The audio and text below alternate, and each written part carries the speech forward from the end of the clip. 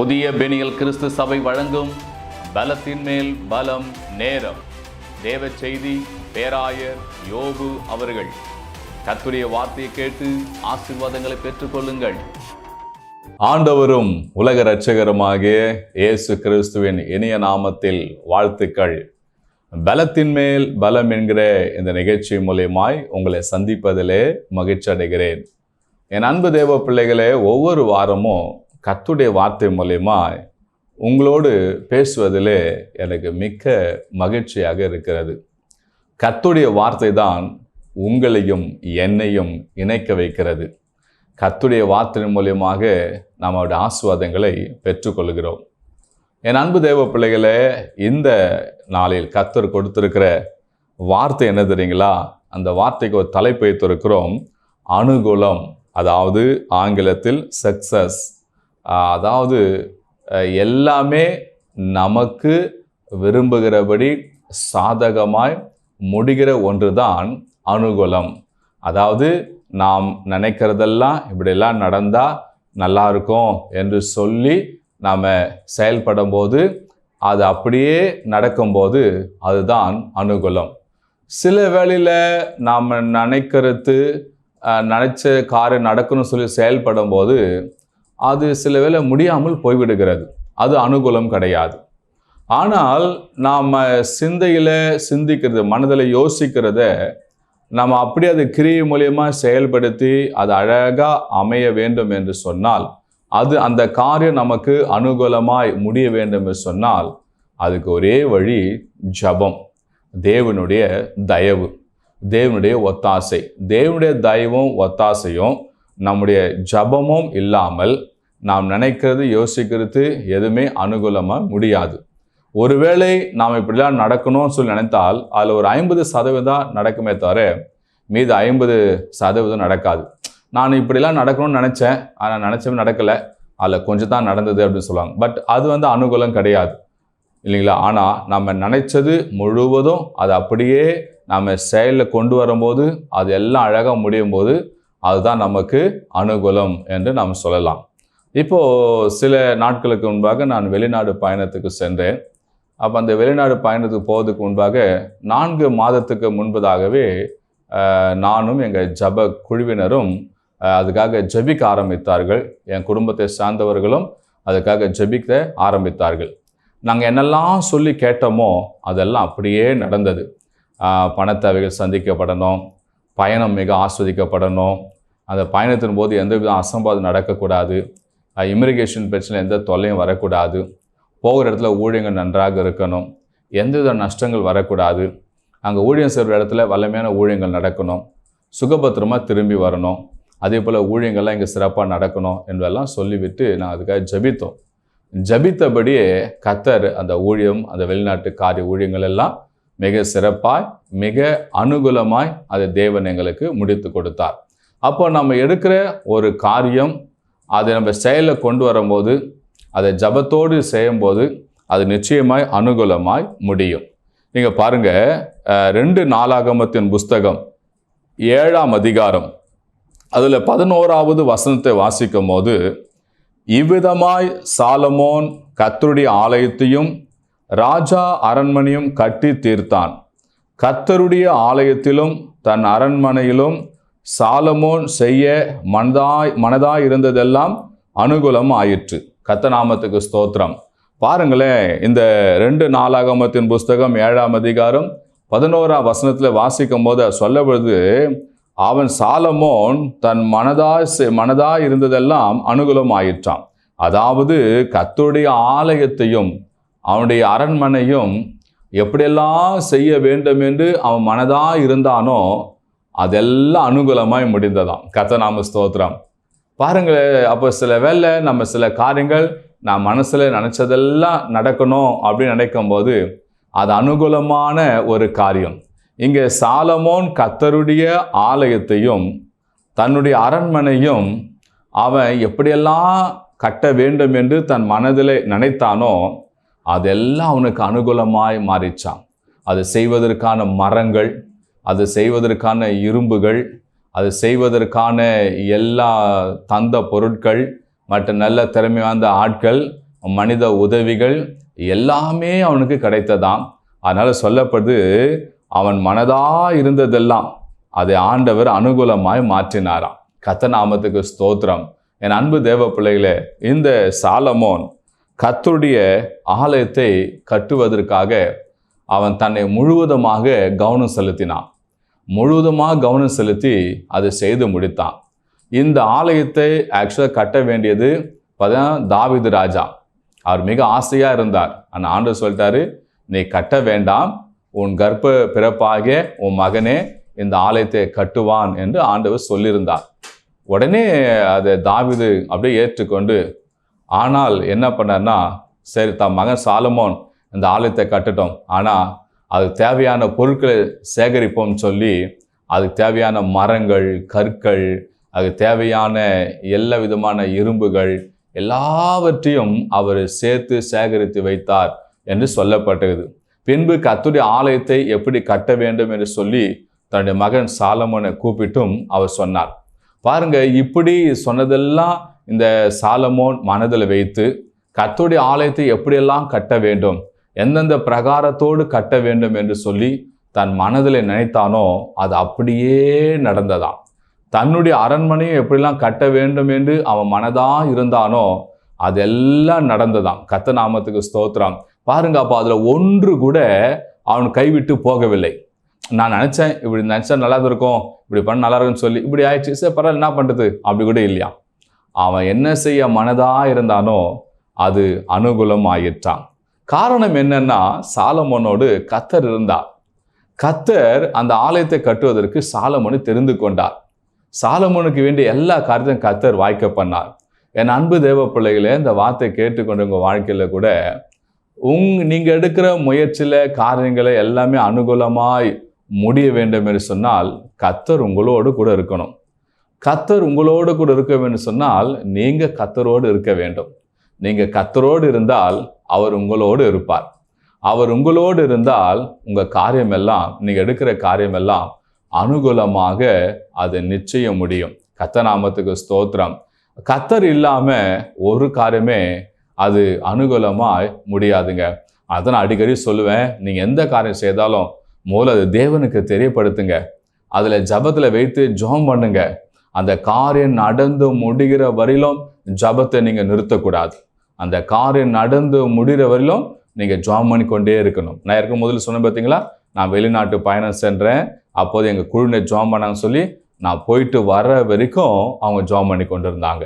கர்த்தர் நாம ஸ்தோத்திரம். அதனால தான் எங்களுடைய காரியம் அனுகூலமாய் முடிந்தது. என் அன்பு தேவ பிள்ளைகளே, நீங்கள் உங்களுடைய குடும்பத்துக்காக, உங்களுடைய வாழ்க்கைக்காக, உங்களுடைய வேலைக்காக, உங்களுடைய தொழிலுக்காக அல்லது மற்ற எந்த காரியம் உங்களுக்கு நடந்து சரியா அது உங்களுக்கு நிறைவேறணுமோ அதற்காக தொடர்ந்து ஜெபம் பண்ணுங்க.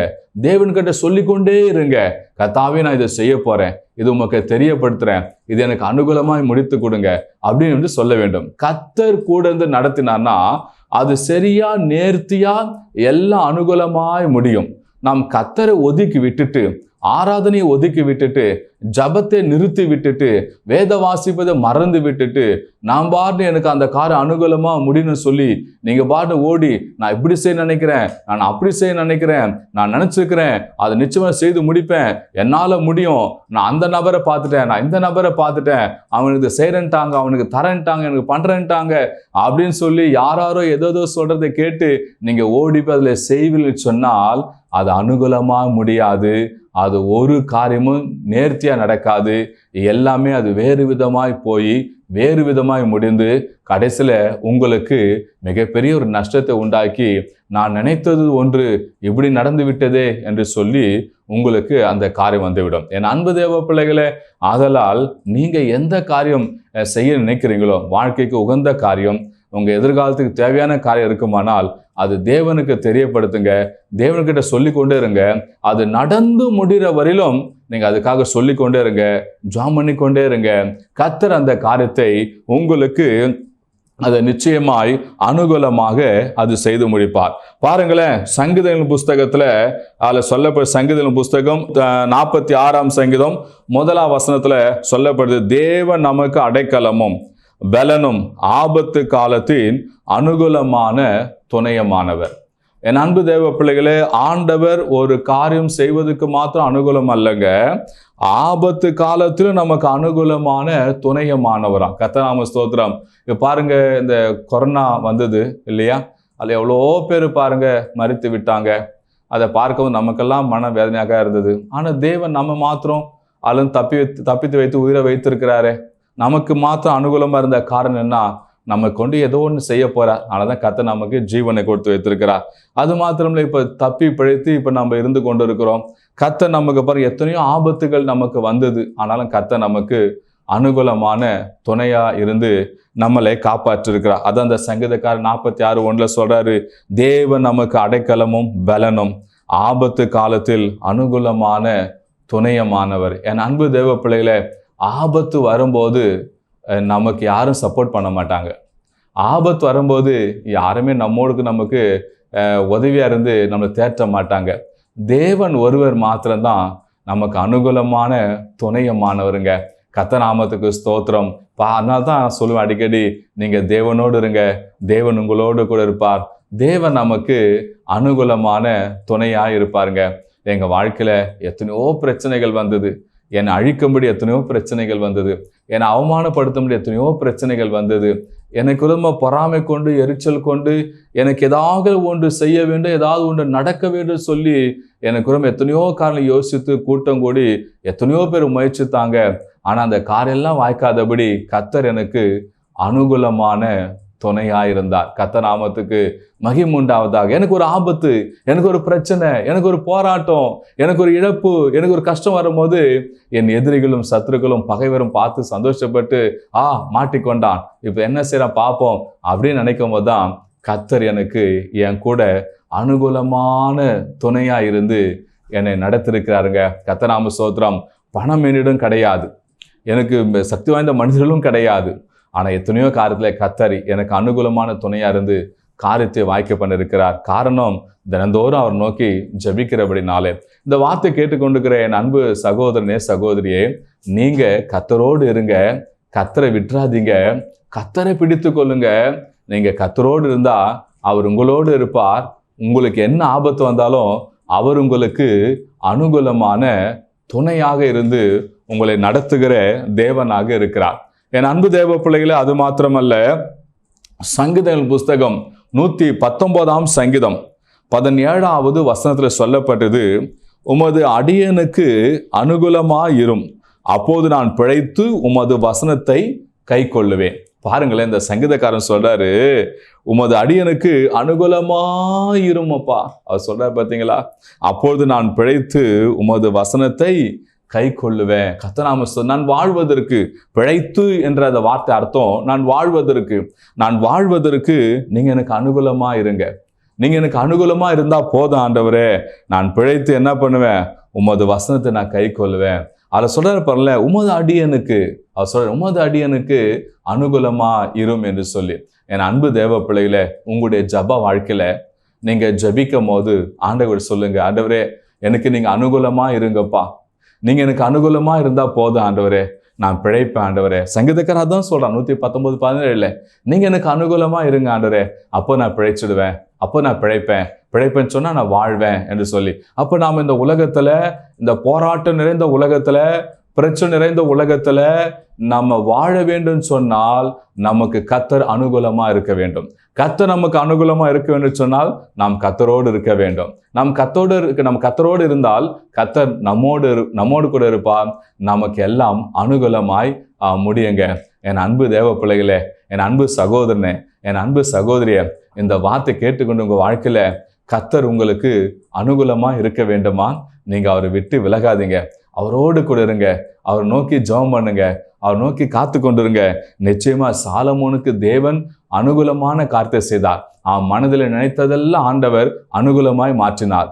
நீங்க நினைக்கிற ஜபிக்கிற காரியத்தை, உங்க மனதில் இருக்கிறதை ஆண்டவர் உங்களுக்கு அனுகூலமாக செய்து முடிப்பார். அது மாத்திரமல்ல, ஆபத்து நிறைந்த சூழ்நிலும் கர்த்தர் உங்களுக்கு அனுகூலமான துணையாயிருப்பார். அது மாத்திரமல்ல, நீங்கள் பிழைத்து வாழ்வதற்கு கர்த்தர் உங்களுக்கு அனுகூலமாய் அவர் இருப்பார். அப்ப அனுகூலமான கர்த்தரை நீங்க விட்டு விலக வேண்டாம். அவரோடு கொடுங்க, அவர் நோக்கி ஜெபிங்க. கர்த்தர் உங்களுக்கு எல்லா காரியத்தையும் அனுகூலமாய் முடித்து கொடுப்பார். இந்த வருஷத்துல அந்த அதிசயத்தை நீங்க காண்பீங்க, நீங்க சாட்சி சொல்லுவீங்க. இப்போ நான் உங்களுக்காக ஜெபிக்கட்டுமா? எங்கள் அன்பின் பரலோக பிதாவே, ஏசப்பா, இதோ கர்த்தாவே, இந்த வார்த்தை கேட்டுக்கொண்டிருக்கிற உம்முடைய மகனை கண்ணோக்கி பாருங்க, உம்முடைய மகளை கண்ணோக்கி பாருங்க சுவாமி. கர்த்தாவே, இது வரையிலும் கர்த்தாவே எடுத்த காரியத்தெல்லாம் தோல்வி அடைந்து நஷ்டம் அடைந்து என்ன செய்வதென்று தெரியாமல் எசப்பா இப்போது வேதனையோடு இந்த வார்த்தை கேட்டுக்கொண்டிருக்கிற உம்முடைய மகனை கண்ணோக்கி பாருங்கப்பா, உம்முடைய மகளை கண்ணோக்கி பாருங்கப்பா. கர்த்தாவே, இவர்களுக்கு நீங்க அனுகூலமா இருந்து எல்லா காரியத்தையும் வாய்க்க பண்ணுங்கப்பா. சாலமோன் அடுத்த மனதில் நினைத்ததெல்லாம், தன் மனதில் இருந்ததெல்லாம் அனுகூலமாய் மாற பண்ணினீங்களப்பா. ஆபத்து காலத்தில் அனுகூலமான துணையா இருக்கிறீங்களே சுவாமி. கர்த்தாவை பிழைத்து வாழ்வதற்கு நீங்க அனுகூலமா இருக்குன்னு சொல்லி பார்க்கிறோமே. எசப்பா, வார்த்தை கேட்டுக்கொண்டிருக்கிற பிள்ளைகளுக்கு எல்லா காரியத்தையும் செய்து நிறைவேற்ற நீங்க அனுகூலமா இருங்கப்பா. ஆபத்தான சூழ்நிலும் நீங்க இவங்களுக்கு அனுகூலமா இருங்கப்பா. இவங்க பிழைத்து வாழ கர்த்தாவே நீங்க இவங்களுக்கு அனுகூலமா இருந்து இவங்க காரியத்தெல்லாம் வாய்க்க பண்ணுங்க.